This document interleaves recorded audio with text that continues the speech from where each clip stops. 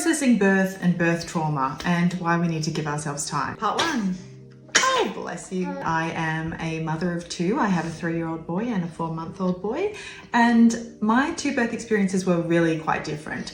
My experience with my first was really pretty smooth. I was induced because they suspected he was going to be on the big side, but I wasn't induced until my due date. And despite starting off with that little bit of medical intervention, everything went really smoothly after that.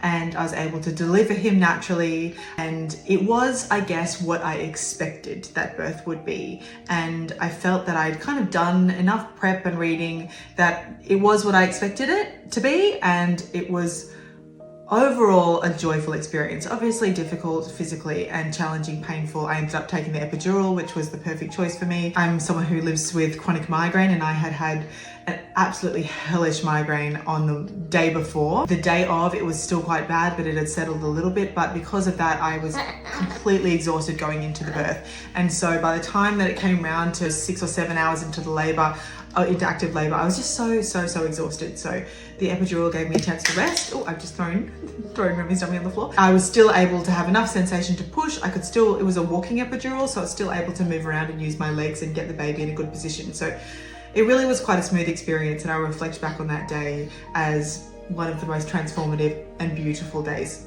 of my life. It was a really powerful connecting, bonding moment between my husband and I as we brought our first child into the world. Then my birth with Remy went, I guess, a bit more awry in what I expected. This video is getting too long, so come back for part 2.